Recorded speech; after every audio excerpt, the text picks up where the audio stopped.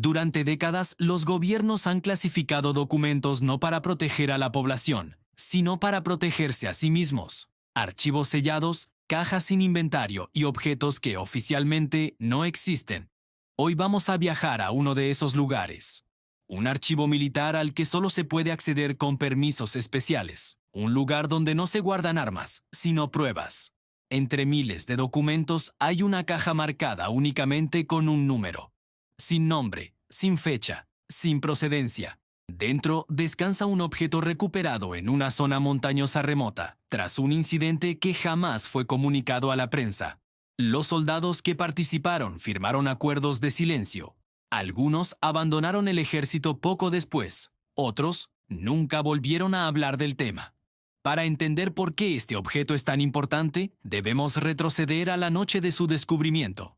Fue una noche de tormenta eléctrica, en una cordillera tan aislada que ni los satélites más avanzados le prestaban atención. Un grupo de guardabosques que hacían una ronda rutinaria reportó una serie de destellos anómalos que no correspondían a los relámpagos. Describieron luces de colores imposibles que parecían danzar entre los picos de las montañas, seguidas de un silencio antinatural, como si el propio bosque contuviera la respiración. Horas después, un equipo de respuesta militar fue enviado a la zona bajo un pretexto de entrenamiento. No iban preparados para lo que encontrarían. En el centro de un claro, en un cráter perfectamente circular, yacía el objeto. No había señales de impacto violento, ni restos de una explosión. Era como si hubiera sido colocado allí con cuidado.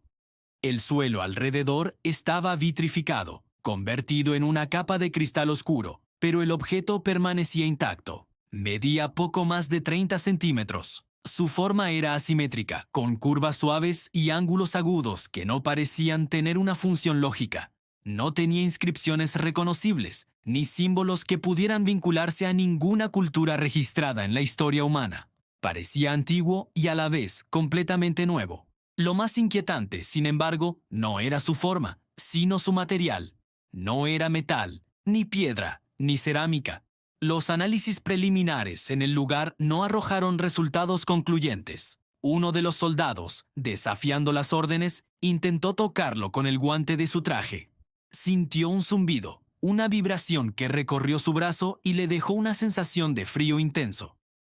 Los informes técnicos posteriores, realizados en un laboratorio seguro, describieron su estructura interna como algo que no seguía patrones conocidos de fabricación, como si no hubiera sido construido, pieza por pieza, sino formado, de una sola vez, como un cristal que crece.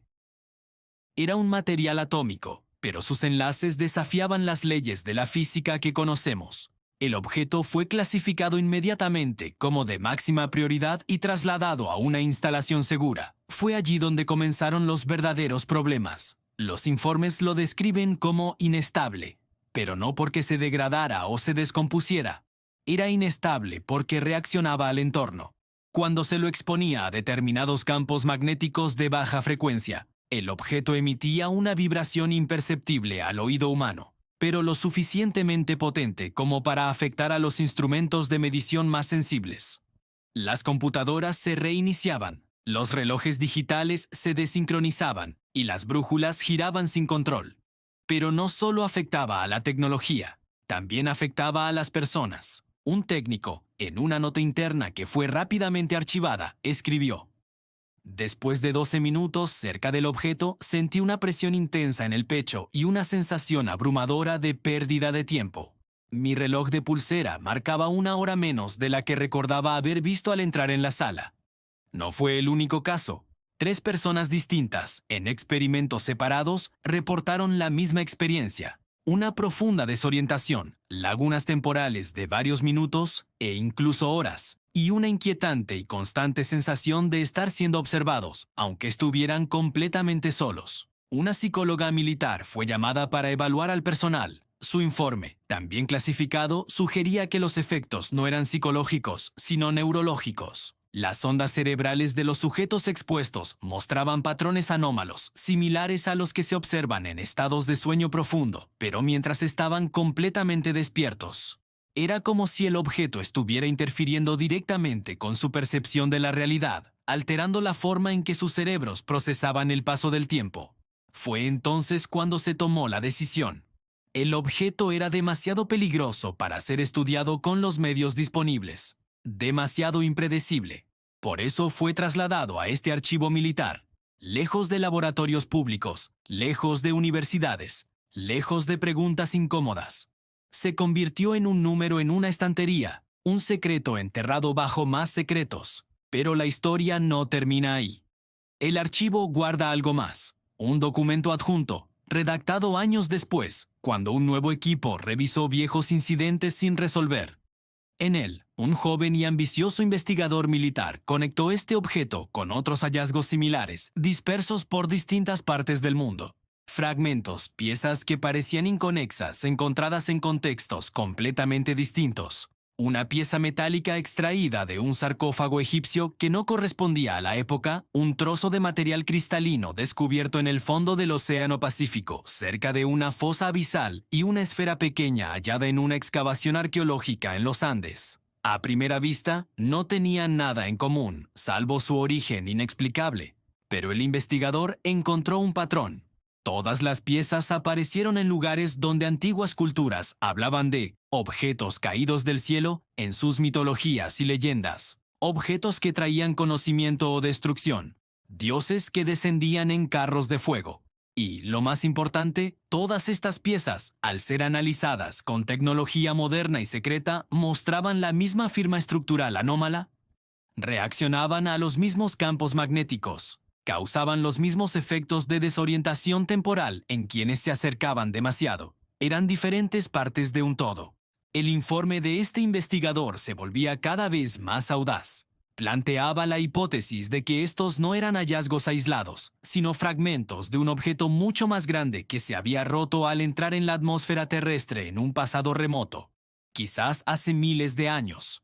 Sugería que las leyendas de los antiguos no eran solo mitos, sino el recuerdo distorsionado de un evento real, un evento que había sido deliberadamente borrado de la historia oficial.